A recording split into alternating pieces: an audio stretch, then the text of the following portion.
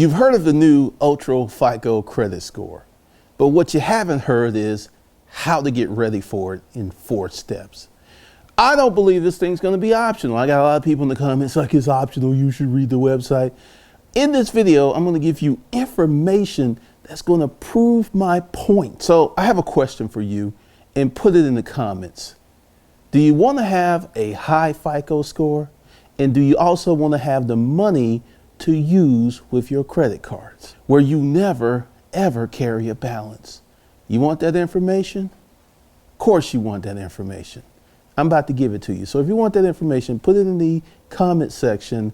I want a high FICO and I want the money as well. If this is your first time here, this is Glendon Cameron, your hustling godfather.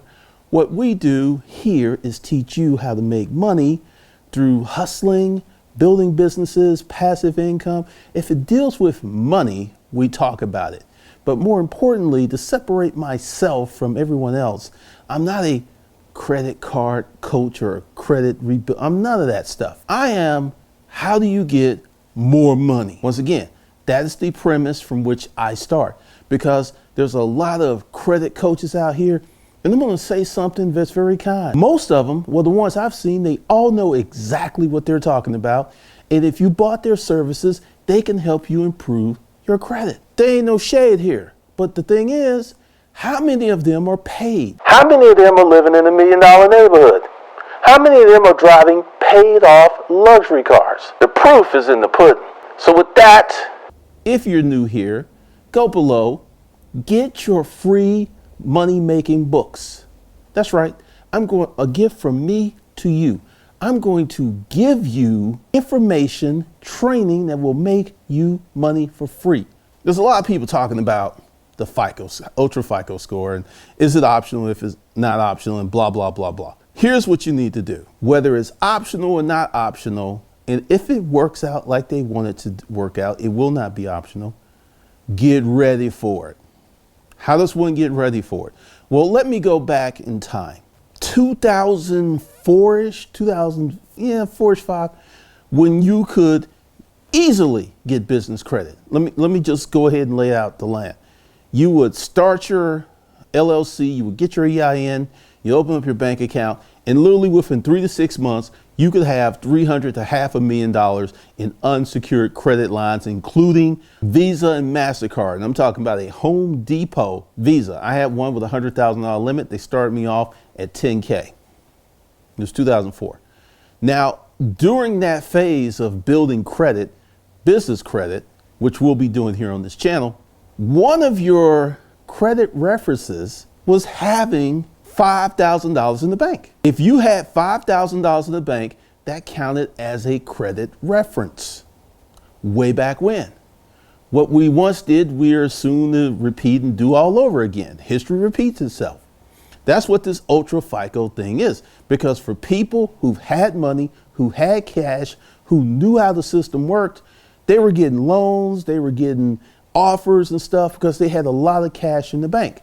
Now, you, my friend, I know, are not going to be able to have, quote, a lot of cash in the bank. I'm going to tell you how you can get cash in the bank, how you can keep your credit boost, because I do believe this will be a credit boost. And for people with the right information, I do believe this will be a good thing, even though it's going to harm more than it's going to help. There's 4 steps. First step, close all of your bank accounts that you've ever had an overdraft on, you've ever had problems, whatever you had. If you've had issues with it and they're settled and paid off, close that account, go to another bank, go to another credit union and open up a brand new account.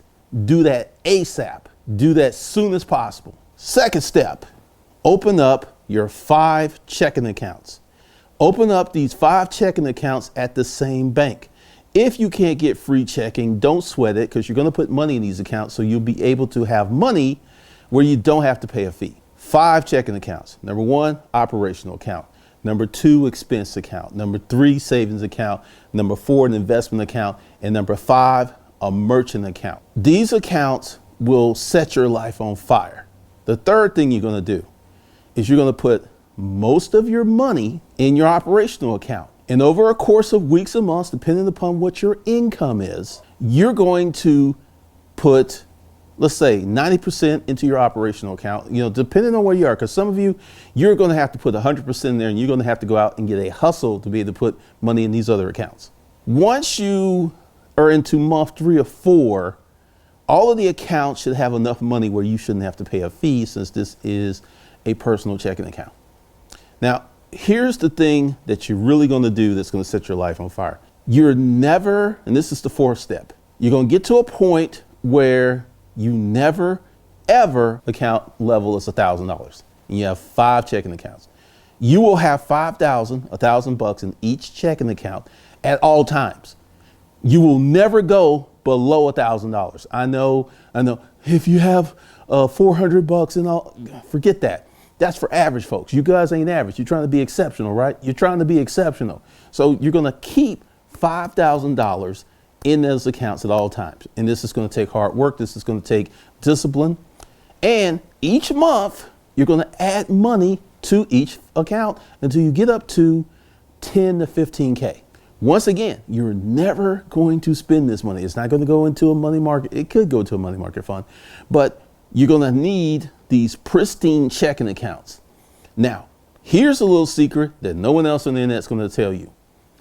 If you have that kind of money in a Chase, a Wells Fargo, a PNC, and you have good credit, they're going to throw you some bumps. How do I know this? The other day, I was making a cash deposit of $4,000 because this is for my real estate company. But I wrote a check from one company to another company. And the girl told me it'll be 2 days. I said, oh, no problem. I just went ahead and got $4,000 and I put it in there. I get to the teller and he's like, oh, the money's available. And I said, okay, just deposit this. And without blinking an eye, he said, oh, we have to fill out an Internal Revenue Service report. It is no longer 10K. If you put $2,005 in, this generates an Internal Revenue Service report. That's a relatively new thing. Now you have that going on. I'll do a special video all about that. If they're putting the threshold for Internal Revenue Service reporting so low, that means most people don't have 2K in their checking account for any length of time. So if you lather up your accounts and within 6 months to 6 months to a year, you get up to $15,000. This is very doable if you're hustling. They're going to throw some stuff at you. Some of the things that you need to do to prevent your checking account from being closed. Stop depositing cash in large sums in your checking accounts. Never bounce a check. Never have an overdraft. Make sure that all of your other stuff is straight too. Because see, let's say you have a checking account at a bank and you never bounce a check. You never do anything risky, but now you have another checking account at another bank that you haven't handled as well. That checking account can get your new checking account closed. Once again, we live in a very global, everything's linked up. So what you do over here will cause a repercussion over here. So you've got to keep your stuff clean. And this is the reason for the 5 checking accounts. This is going to teach you proper money management. You're going to have to do it. Now, here's something else. And I was watching another YouTuber and he was saying that they're closing Capital One accounts. And the reason they're closing these accounts is for adding authorized users. I'll link his channel below. Now, take what's happened. Now, we're about to get into a very nerdy conversation, so hopefully you're with me. After the 2009 crash, banks got a lot of information. How many of you are into big data? Big data is when they take serious computing power and come up with predictable models. Target has the ability to predict pregnancy based on what a woman buys. And they did this through big data. Now stick with me. I'm going to wrap this up. The guy comes in, he's pissed off. His 16-year-old daughter gets prenatal vitamin coupons from Target. He's like, this is my daughter, this is my baby, blah, blah, blah, right? 4 weeks later, she's pregnant. Now I say this to illustrate the computing power, the big data that Target has. You don't think these banks have the same predictive models, the big data, the computer power? They do. They know who is more likely to default. And if you're a person who's adding a bunch of authorized users trying to help out people, more than likely that means that your circle is a group of people with bad credit. Birds of a feather flock together. So you could be like Johnny G. You've never been late on anything, but because you've helped out like 4 or 5 of your friends who are less fortunate or less financially responsible than you are, you can get your stuff cut. The lowering of the IRS reporting threshold, Capital One cutting accounts because they know that these folks more than likely will go negative during the next recession. And believe it or not, Capital One won't be the only one doing this. They're all going to start doing this because what one bank does, other banks follow if it's a good policy. It will behoove you to make sure that your stuff is straight as possible or be working on getting your accounts, getting your money management system down. Because once again, it's not how much money you make, it's how you use it. That's really the bottom line. I don't care if you're laid off. There's more good days than bad days. Now, this is how you get a high FICO score. It starts with these 5 checking accounts at the same bank. I don't know, people like, hey, do open them at several banks? No, because you're going to be able to transfer money between them. And it's much easier if they're at the same bank. Now, once you do this, the next thing you need to do is get yourself a budget. What I like to call a bubblegum budget. If you buy bubblegum every month, the bubblegum will be on your budget. And then you cut out all of the fat. Then you take this excess money and you put it into your checking accounts. So you want to be, I'm going to say something that's going to blow your mind.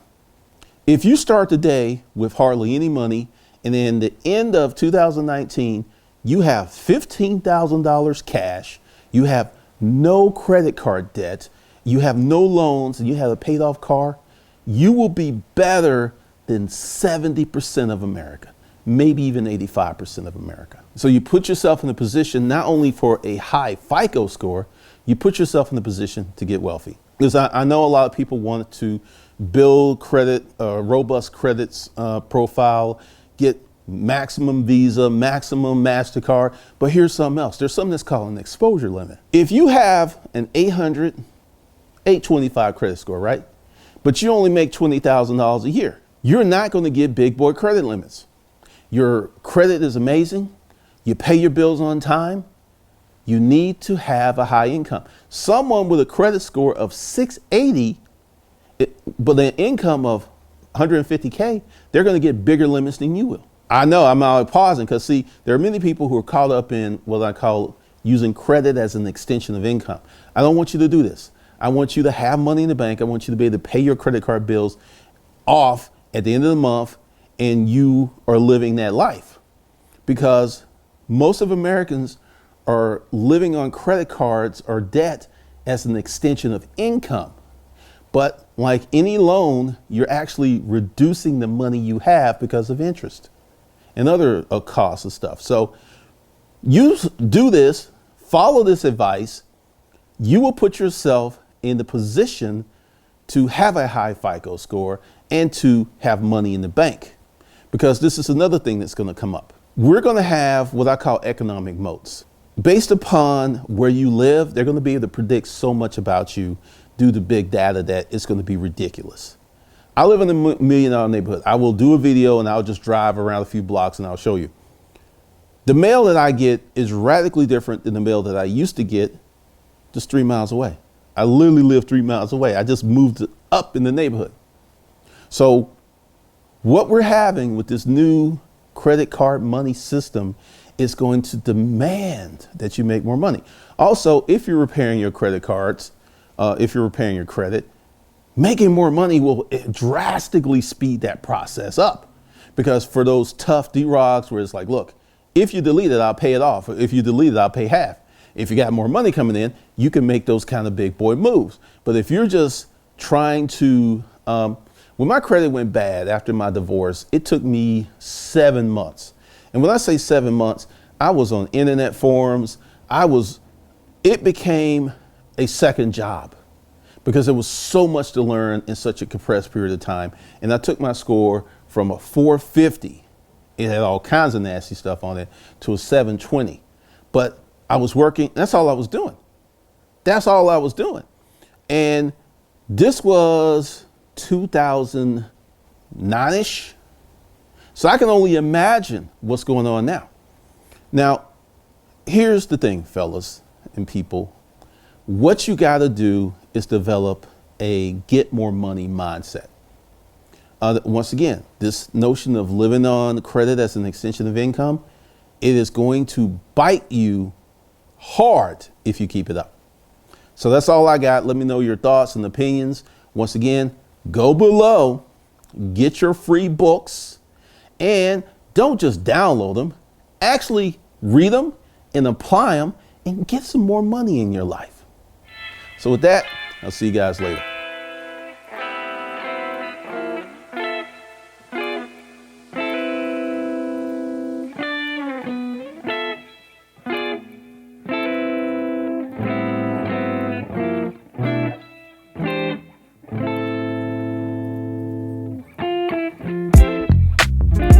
Let it breathe. Beautiful if you ask me, tend to analyze. That's a part of my thoughts that I don't glamorize. Jay-Z and Beyonce got that lemonade. Me and you was a better grade, Minute Maid. I'm from a place where they controlling that reefer, growing the teacher, lyrically colder than Keisha. Good Lord, and y'all ain't half as nice. Blogging is dead, let's enjoy the afterlife. Like a weapon, see me reppin', y'all can get with. Like old school Martin, get to steppin'. Fitbit, that's a sidebar. What y'all ride for? Why religion stay divided? This people, it's no peace, just forever war. Similes about the oil, life is like a metaphor.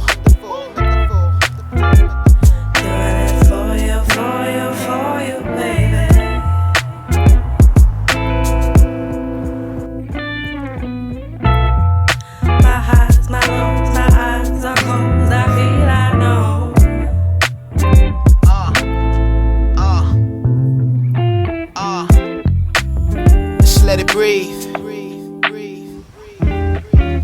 Lost my mother and brother, felt like the same year. Pinching myself like why I'm still here. Am I still here? Am I still here? I'm sick of the hurt, my smiles and the frowns, it's my fault.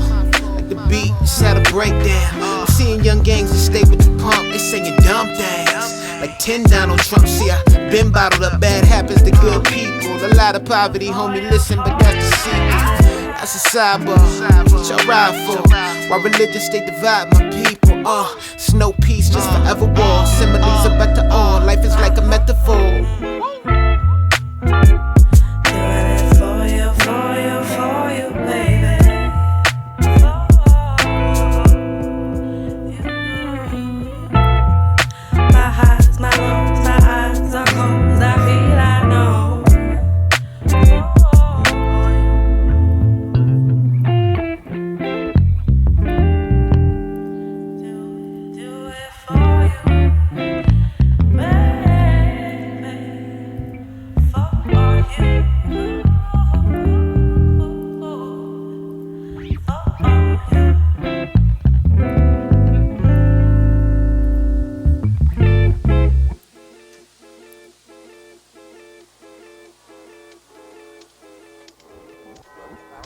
I've been on the street for about a year and a half now. Well, I come from the suburbs. Life, which is rough. And I done slept in the Lower Wacker, I done slept on the bridges, I done slept in the little cardboard boxes and stuff, just surviving, especially in the wintertime is the hardest time. And I go fill out applications for a job and stuff. They look at me, I'm not looking presentable, and then we'll call you, leave a number. But how can I leave a number when I don't have a phone? So it's just a struggle out here, I just, from day to day, people, I come out here and panhandle with my cup. Right here at the Metro train station, people come off, bringing me sandwiches and stuff like this here. And I start out in the morning about 6 o'clock. Sometimes I don't even have enough to go to the flop house. Sometimes the flop house is a cheap place and they number $16 for 24 hours. Right over there on Clark and Van Buren. And a lot of times I don't have enough money for that, so I had to end up sleeping in the park or on one of these benches downtown or something like this. And then the security guards come and run you off about 5 or 6 in the morning. So by 6 o'clock I started panhandling and trying to survive. And like I said before, some days I don't even have enough to get a room, so I just sleep on the street. But I depend on the people that's coming off the train because most of them I give them respect. You know, most of them like me. They come out and give me clothes and food and stuff like this here so I can survive. Give me a few bucks and everything, and I add it up at the end of the day and give me a little room for the night. And whenever I'm not fortunate enough to get the room, I just sleep in the street wherever I can.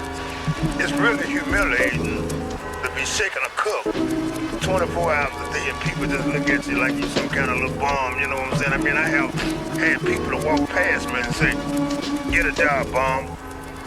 And I said, wait a minute, I'm not a bum, I'm a human being. And